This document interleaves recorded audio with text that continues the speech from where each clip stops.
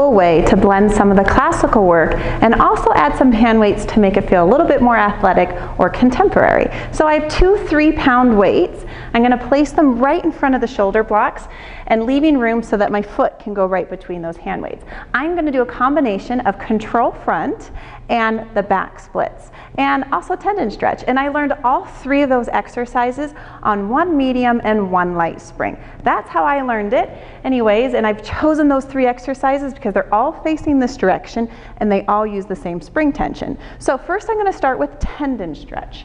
So I'm going to come onto my reformer without sitting on the foot bar. Now for tendon stretch, I was taught to let the heels drop over the back of the carriage here, stretching out the tendons.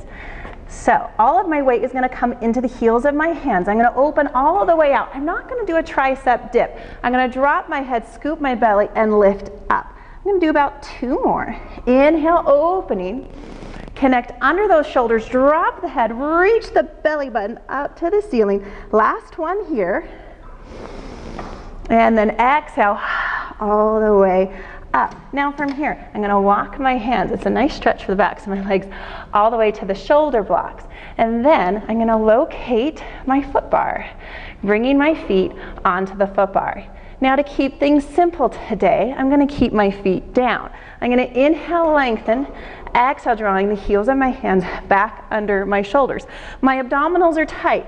I'm trying to resist the temptation to sway and let low back. And to prevent that from happening, I imagine I'm drawing my belly button up to the sky. And 1 more. I'm going to pike my hips up, and I'm going to bring my right foot down onto the carriage, right between the shoulder rest and my hand weights. I'm going to keep my left hip down, and I'm going to stretch into a nice back split, and then I'm going to reach it back up to the ceiling. It's a really nice stretch. It's sometimes nice to throw a stretch in the middle of a flow to give the client a little bit of a reset, a little bit of a break, a little bit of time to catch their breath. But also as a teacher, I use these little moments where I can kind of regroup and think about where to go next. I need those breaks a lot. All right, now I'm going to bend my right leg, bringing my knee right over my toes. I'm going to locate my hand weights, and I'm going to come up to that deep lunge for the back splits. And I'm going to reach long for 5, lengthening for 4, 3, 2, last one right here. Now you can add a bunch of things. You can add little pulses right there. You can add rotation, whatever you want. Now I'm going to replace the hand weights. I'm going to come all the way back, bring my feet back onto the foot bar, and then I'm going to go back to the control front.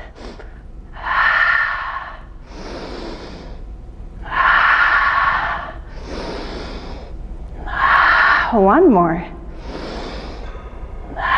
And I pike it up.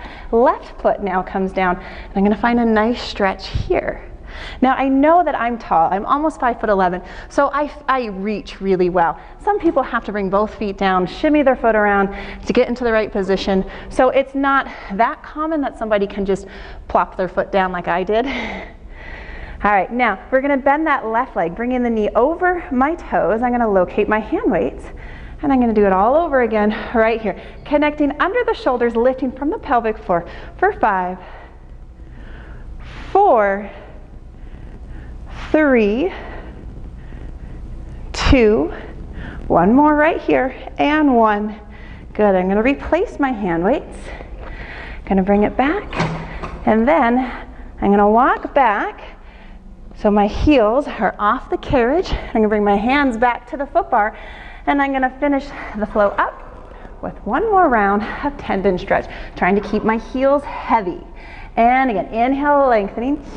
Exhale, drop your head, scoop your belly, lift. Let's do just 1 more.